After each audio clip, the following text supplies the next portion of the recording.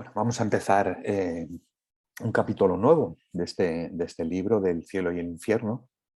Este capítulo, como veis, es Temor a la muerte. Y hoy vamos a ver, vamos a empezar este subcapítulo que dice causas del temor a la muerte. Y vamos a ver los primeros 3 ítems de este subcapítulo. Yo deseo no meterme mucho en los siguientes ítems y bueno, yo lo he intentado. Así que, porque si no vamos a estar repitiendo siempre las mismas cosas. Yo he preparado una pequeña introducción sobre la muerte, así que vamos allá.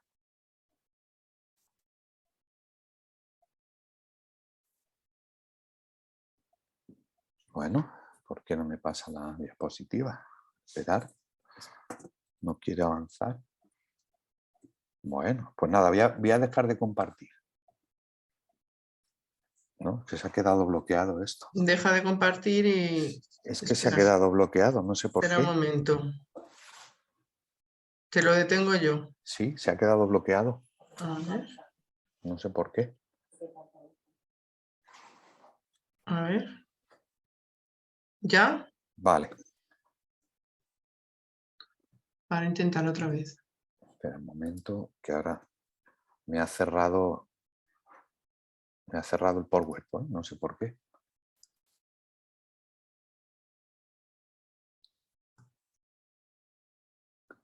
Perdonad, porque estas cosas ya sabéis que pasan.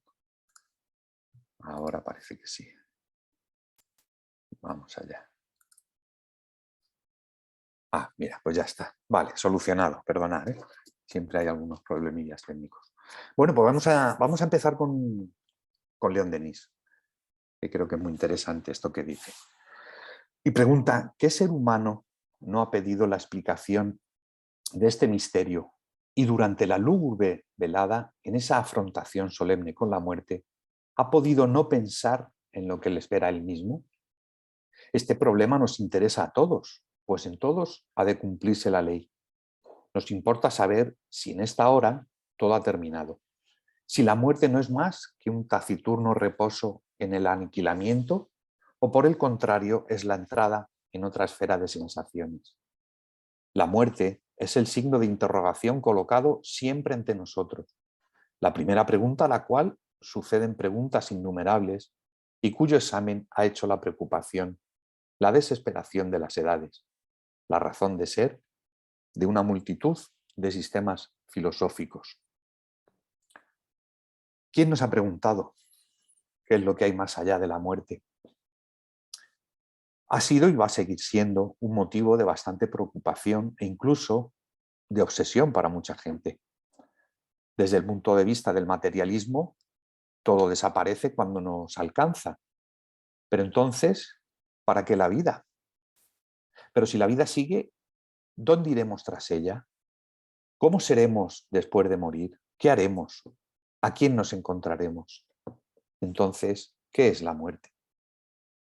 Bueno, el significado de la muerte, según la RAE, en su primera acepción dice que es cesación o término de la vida. Bueno, aquí en esta definición es bastante fría, ¿no? Bastante neutra. Pero ya en la segunda acepción habla de que en el pensamiento tradicional es la separación del cuerpo y el alma.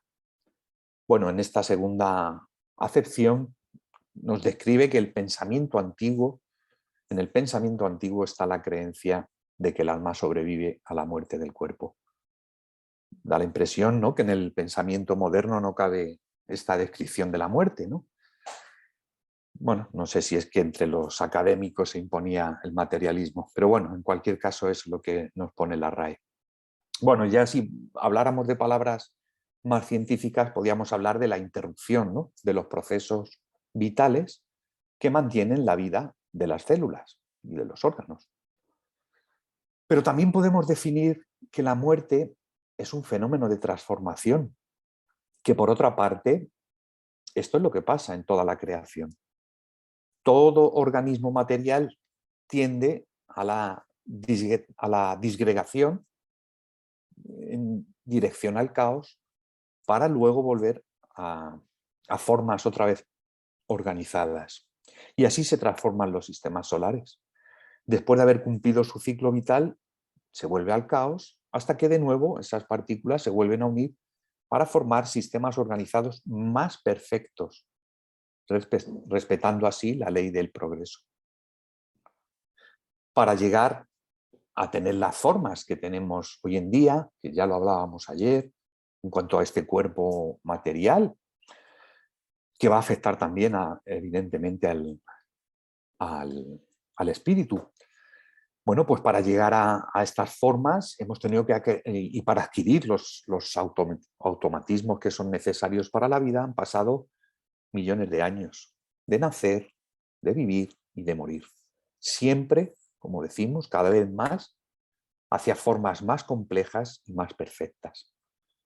Por tanto, la muerte no deja de ser una transformación necesaria para la evolución.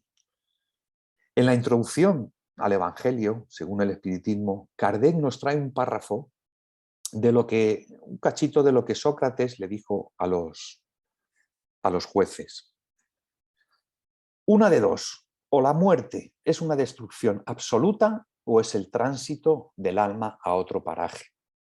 Si debe aniquilarle todo, la muerte será como una de esas noches raras que pasamos sin soñar y sin ninguna conciencia de nosotros mismos.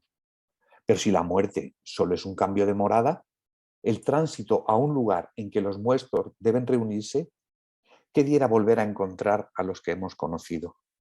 Mi mayor placer fuera poder examinar de cerca los habitantes de esa morada y distinguir en ellos, como aquí, a los que son sabios, de aquellos que creen serlo y no lo son.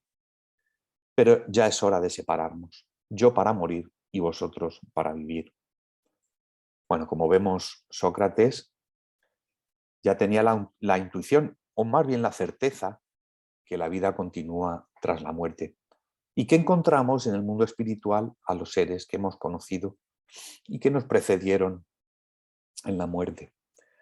Y además aquí pone tierra de por medio frente al panteísmo, que hemos estado también las últimas semanas hablando de esto, y porque reconoce que la individualidad perdura. Por otro lado, les manda un recado a los jueces con cierta ironía, ¿no? Dudando de su sabiduría. Bien, ya en el siglo XX, Carl Jung, estudiando y observando a los ancianos en fase terminal, al igual que lo hicieran otros tantos, como la conocida Elizabeth Kubler-Ross, llegó a afirmar que la psique inconsciente hace poquísimo caso a la muerte.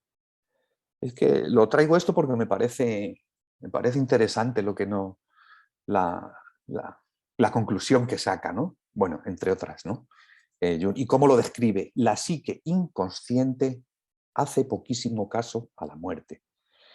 Entonces, yo creo que es una definición genial, ¿no? Porque en estos momentos, lo que él estaba estudiando, el alma está prácticamente desprendida, no del todo, pero bastante, ¿no?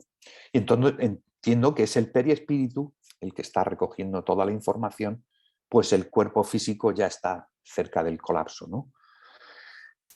Hay más que pruebas de la existencia del alma y encima que es inmortal. Pero hay una cierta resistencia para adentrarse en esta cuestión por parte de algunos científicos. Y pienso que los estudios serios que hay al respecto, no sé por qué, pero son difíciles de divulgar. Será por los intereses que hay. Bueno, pues después de esta introducción vamos a entrar ya en el capítulo en sí, que nos corresponde. Entonces, en el primer ítem dice Kardec que el hombre, a cualquier grado de la escala que pertenezca, desde el estado salvaje, tiene el sentimiento innato del porvenir. Su intuición le dice que la muerte no es la última palabra de la existencia. Y aquellos cuya memoria recordamos no son perdidos para siempre. La creencia en el porvenir es intuitiva y muchísimo más generalizada que la del nihilismo. Bueno, Kardec nos habla que desde que el hombre es hombre, hay en nosotros una idea interior sobre la permanencia del alma. También podemos pensar que esta intuición se mezcla con el deseo de volver a reencontrarnos con nuestros seres queridos. Lo que es un hecho es que en todas las culturas se ha tenido esa intuición y así lo encontramos en todos los textos sagrados antiguos y en las ceremonias de los pueblos más primitivos. Ahora bien, en contraposición surge el materialismo. Al principio tímidamente, pero que en el momento en que algunos filósofos se separan de la teología, cobra más fuerza hasta nuestros días. Que si bien Kardec habla de que la mayoría creen en el porvenir, en el momento actual, sobre todo en esta parte del mundo, hay un gran número de seguidores del materialismo. O quizá de muchas personas que ni siquiera se molestan en reflexionar sobre estas cuestiones. Pero esta intuición basta para entender la muerte y la vida. Kardec, para acabar este primer ítem, lanza una muy interesante pregunta, como buen pedagogo que es, y dice lo siguiente: ¿a qué se debe, pues, que entre aquellos que creen en la inmortalidad del alma se encuentra todavía tanto apego a las cosas de la materia y tanto temor a la muerte? Me parece una pregunta extraordinaria. Vamos a empezar por unas cuestiones que yo traigo y luego más adelante él va a explicar estas cuestiones. Bueno, vamos a poner el ejemplo del cristianismo, ¿no? Las personas que pertenecían a la jerarquía de la Iglesia pues fueron corrompiendo las ideas de los primeros momentos del Evangelio mediante la supresión de la reencarnación o la inclusión de conceptos como el pecado original, que no tiene ningún sentido para la razón, o la idea del infierno, y otros tantos conceptos que alejan al hombre de la verdad, apartándole de una idea más exacta de la muerte y de la situación del alma tras ella. Bueno, esto no solo pasa con el cristianismo, ¿no?, sino también en otras religiones, que no dan una solución al problema de la muerte de una manera lógica. Y todo porque parten, entiendo yo, de una idea equivocada, ¿no?, que es la idea del creador, tratándole como si fuera un verdugo que ejecuta las penas eternas a aquellos que sucumben por sus pecados. Bueno, eso no quita que dentro de estas religiones evidentemente haya existido creyentes con otra concepción de la vida y de la muerte, eso es así. Y León Denis sobre esta cuestión lo explica perfectamente en un párrafo del libro Después de la muerte y dice: el catolicismo ha oscurecido las conciencias con las supersticiones, ha turbado las inteligencias con la idea sombría y terrible de un Dios vengador, ha quitado al hombre la costumbre de pensar, le ha enseñado a ahogar sus dudas, a aniquilar su razón y sus facultades más hermosas, a alejarse de todos aquellos que buscaban libre y sinceramente la verdad, así como a estimar solo aquellos que llevan el mismo yugo que él. Bueno, creo que queda muy bien explicado, ¿no?, el daño que pueden hacer las religiones cuando se mueven por intereses personales. Entonces, ¿cómo no vamos a estar apegados a la materia, aunque tengamos la intuición que la vida continúa, si estas religiones proponen el culto exterior? ¿Cómo no vamos a temer a la muerte si se nos habla de penas eternas? Es por eso que ciertos pensadores empezaron, a soltarse de esas cadenas, ¿no?, las religiones, para investigar, para explorar nuevas formas de concebir la vida. Aunque no eran nuevas, pero empezaron a surgir con fuerza las ideas materialistas por parte de estos librepensadores, como los nihilistas, que aquí nombra Kardec. Ellos pensaban que al final todo se reduce a la nada y por lo tanto nada tiene sentido. Uno de sus grandes exponentes fue Nietzsche, que pensaba que había que desvalorizar los valores que hasta entonces se daban como supremos, y diciendo la famosa frase de que Dios ha muerto. Bueno, sinceramente nada que objetar de estos filósofos que en el fondo exploran nuevos caminos, ¿no?, en el pensamiento humano. Hay que reconocer el progreso intelectual que han desarrollado, sobre todo con su esfuerzo, y que seguramente que no es en vano. Yo me acordé cuando estaba preparando este tema y sobre esto que estoy hablando de los materialistas, me acordé de Pablo de Tarso, que era un hombre muy culto dentro del templo de Jerusalén, pero que ese potencial que ya había adquirido fue puesto luego al servicio de la obra que comenzó, pues a partir de que empezó a comprender las enseñanzas de Jesús. Entonces Nietzsche, como otros tantos, como tantas otras personas que intentan escapar de esa dictadura clerical, optaron por la ruptura total con las doctrinas religiosas vigentes. En cierta manera, Kardec y los espíritus superiores también nos traen la idea de la muerte de Dios, pero de ese Dios vengativo, de ese Dios verdugo que no admite los errores y que encima posee las debilidades humanas para dar paso a una nueva era en la historia de la humanidad. Bueno, vamos a seguir con el segundo ítem. Y aquí encontramos lo que os decía, un argumento del por qué el temor a la muerte. Y dice, el temor a la muerte es un efecto de la sabiduría, de la providencia, y una consecuencia del instinto de conservación común a todos los seres vivos. Es necesario, mientras que el hombre no esté bastante enterado de las condiciones de la vida futura, como contrapeso a la propensión que, sin este freno, le induciría a dejar prematuramente la vida terrestre y descuidar el trabajo que debe servir para su adelanto.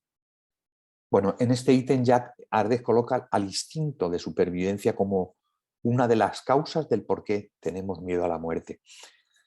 En esa capacidad que tenemos todos los seres vivos que nos permite sobrevivir y proteger la especie. Claro, esto es algo intangible, ¿no? Es una facultad. Quizá el mecanismo principal que impulsa la evolución de las especies, en principio, ¿verdad? Y que va acompañando al principio inteligente gracias a la sabia previsión de Dios. Es un impulso automático porque el cuerpo físico actúa automáticamente sin tener que pensar frente a cualquier acontecimiento en el cual haya un peligro real o imaginario para el ser, ¿no? Esto es evidente. Si nos tropezamos, vamos a intentar, sin pensarlo, el cuerpo va a intentar equilibrarse. Eso es un pequeño ejemplo, pero es así, no tenemos que pensar, está ya como que estamos programados, ¿no? para este instinto de supervivencia. Bueno, a medida que el principio inteligente va progresando, el instinto de supervivencia también se va a ir sofisticando. Ya en ciertos mamíferos este instinto va más allá, pues gracias a él estos animales consiguen incluso automedicarse, ¿no?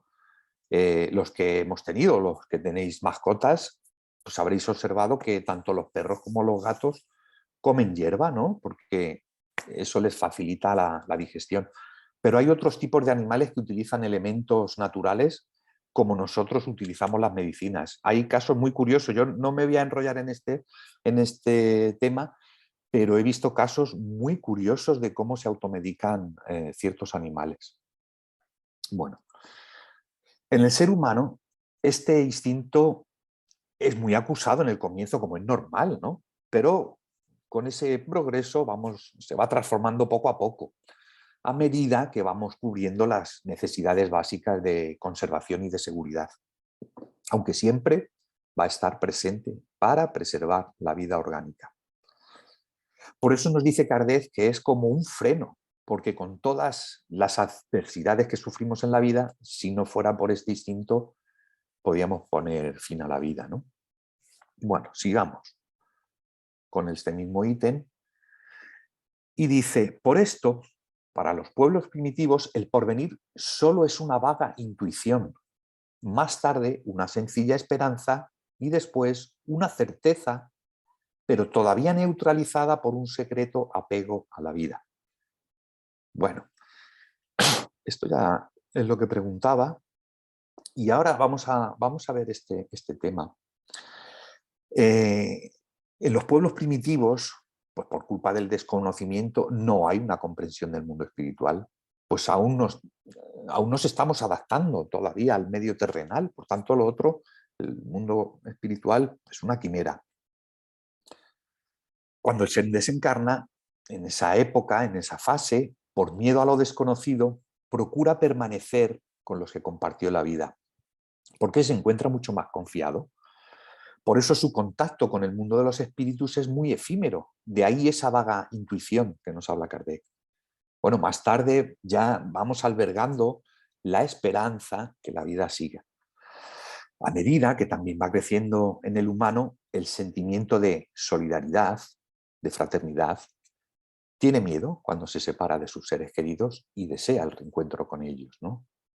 Por otro lado, el hecho que se vaya replicando ese ciclo vital de nacer, de vivir, de morir sucesivamente, permite que cada vez vayamos teniendo más experiencias también en el mundo espiritual y que ese historial se va quedando registrado evidentemente en el espíritu, de tal manera que la intuición de una vida futura va tomando cuerpo, hasta que llegamos a tener la certeza ya de la inmortalidad del alma, aunque como dice Kardec, aún todavía más preocupados por estas cuestiones materiales que por las espirituales.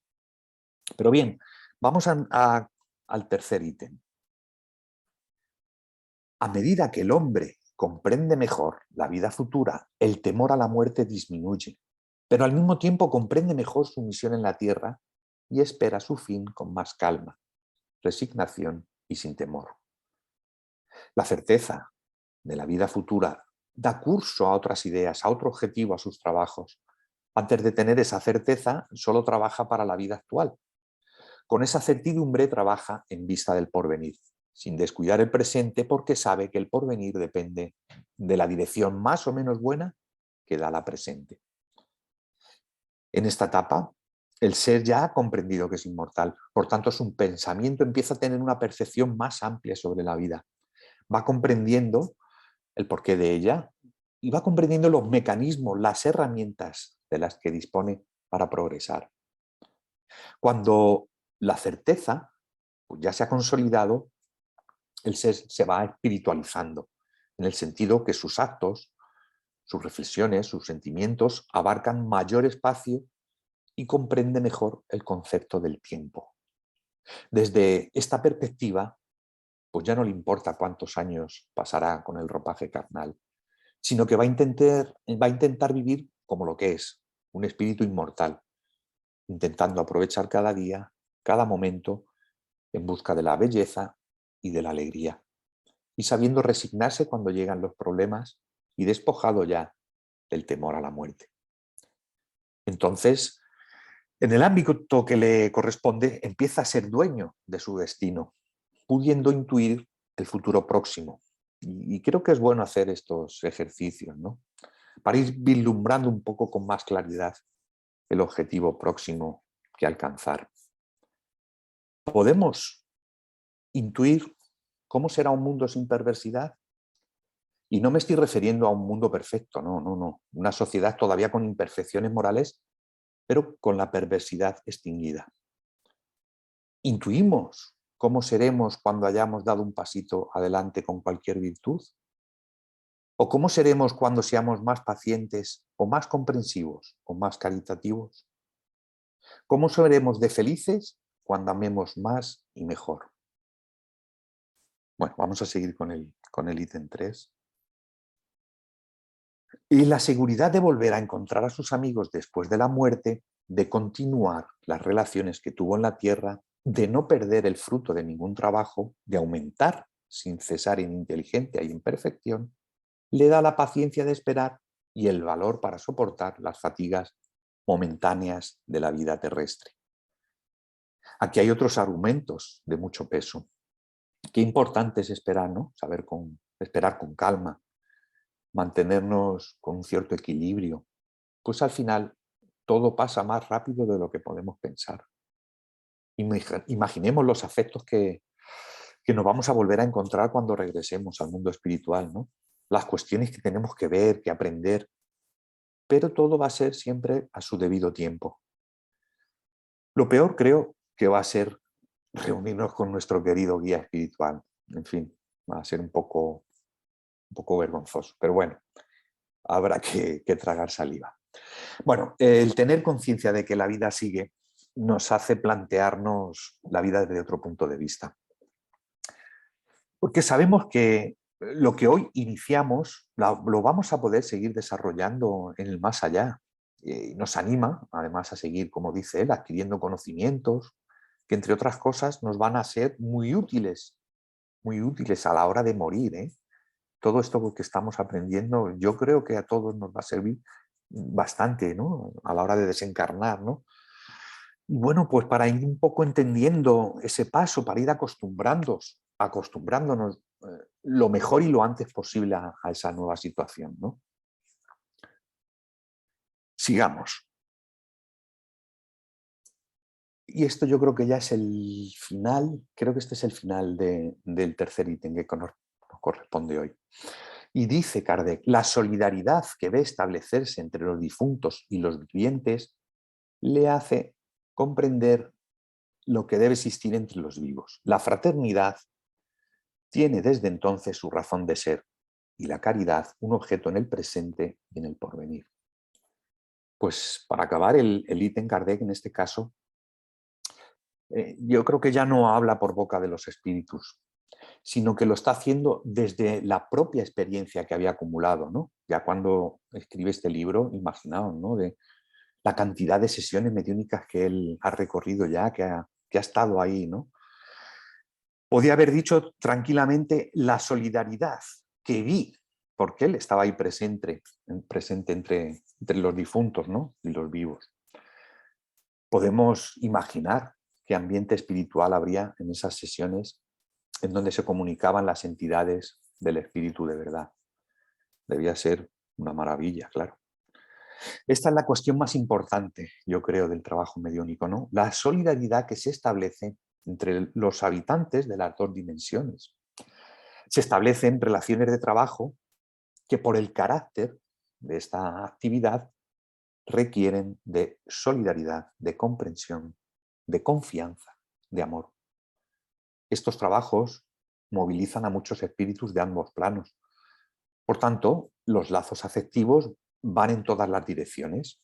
Los que existen entre los encarnados, con los trabajadores espirituales, los que mantienen los medios con los guías más cercanos, los que se establecen con los espíritus que, como nosotros, ¿no? Acuden en calidad de alumnos, otros con los familiares incluso de los espíritus que son tratados, en fin, sin olvidarnos de los afectos que se generan con estos espíritus que acuden regularmente para comunicarnos sus impresiones y para contarnos muchas cosas interesantes, ¿no? En fin, yo no soy capaz de dimensionar todos los seres que se movilizan en estos trabajos, porque estas instituciones espirituales deben ser tan grandes que yo todavía no, la verdad es que no me hago una idea verdadera, ¿no?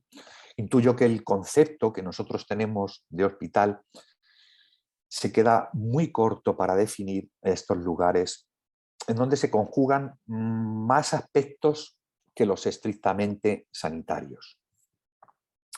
Hay muchos actores que intervienen para un solo caso, por tanto, cada uno de ellos es igual de importante para que tenga éxito el trabajo.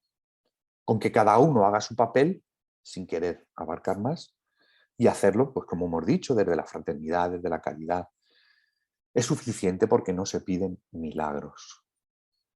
Naturalmente, estos aprendizajes son, por la fuerza de los mismos, exportados poco a poco en nuestra vida cotidiana. En definitiva, la creencia en la inmortalidad del alma, aparte de hacernos perder el miedo a la muerte, nos proporciona una amplitud de miras desde donde podemos aprender más rápidamente cómo conquistar la felicidad. Y bueno, para acabar, vamos a empezar, para acabar vamos a seguir con León Denis, el libro que antes habíamos leído algo, y ahora en la parte del libro Después de la muerte, pero ya en su conclusión. Y dice León Denis, la voz de los espíritus, la voz de los muertos se ha hecho oír. La verdad ha salido de nuevo de la sombra, más bella y más esplendorosa que nunca. La voz ha dicho, muere para renacer. renace para engrandecerte y elevarte con la lucha y el sufrimiento. Y la muerte no es ya una causa de espanto, pues detrás de ella vemos a la resurrección. Bueno, muchas gracias.